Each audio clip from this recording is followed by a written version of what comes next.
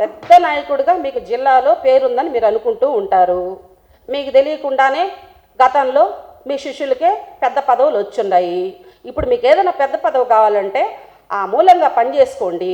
మా నాయకుడు ఛాలెంజ్ విసిరాడు, గ్రావెల్లో అక్రమాలు జరుగుతున్నాయి, అనుమతులు చూపించండి.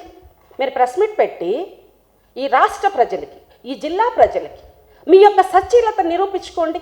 ఇదిగోండి అయ్యా, మేము తోలుతున్న గ్రావులకి అనుమతులు ఇదిగోండి అని మాకు ఇవ్వక్కర్లేదు, మీరు ప్రజలకి చూపిస్తూ మీడియా సోదరులకు ఇవ్వండి. మా అన్న తరఫున నేను ఇంకొక ఛాలెంజ్ని కూడా మీకు విసురుతున్నానన్న.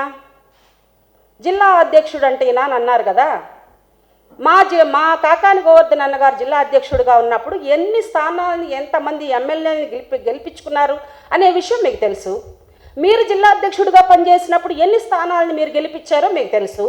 పోనీ ఇంకొక ఛాలెంజ్ అన్న, రేపు జరగబోయే అసెంబ్లీ ఎలక్షన్స్లో మా జిల్లా అధ్యక్షులు గారు వైఎస్ఆర్ కాంగ్రెస్ పార్టీకి జిల్లా అధ్యక్షులుగా ఉంటారు.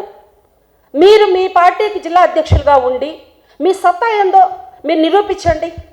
మీరు సన్నగా ఉన్నా లావుగా ఉన్నా మాకెందుకన్నా, మీరు ఒక మంచి సీనియర్ నాయకులు, హుందాతనంగా మాట్లాడాలి. దొంగల్ని మీరు పక్కన పెట్టుకొని ఇప్పుడు ప్రజెంట్ జరిగిన సిచ్యువేషన్ ఇది మీతో ఉన్న ఫోటో, ఇది మాకు బట్టగాల్చి మా నెత్తినేస్తారేంటన్నా మీరు?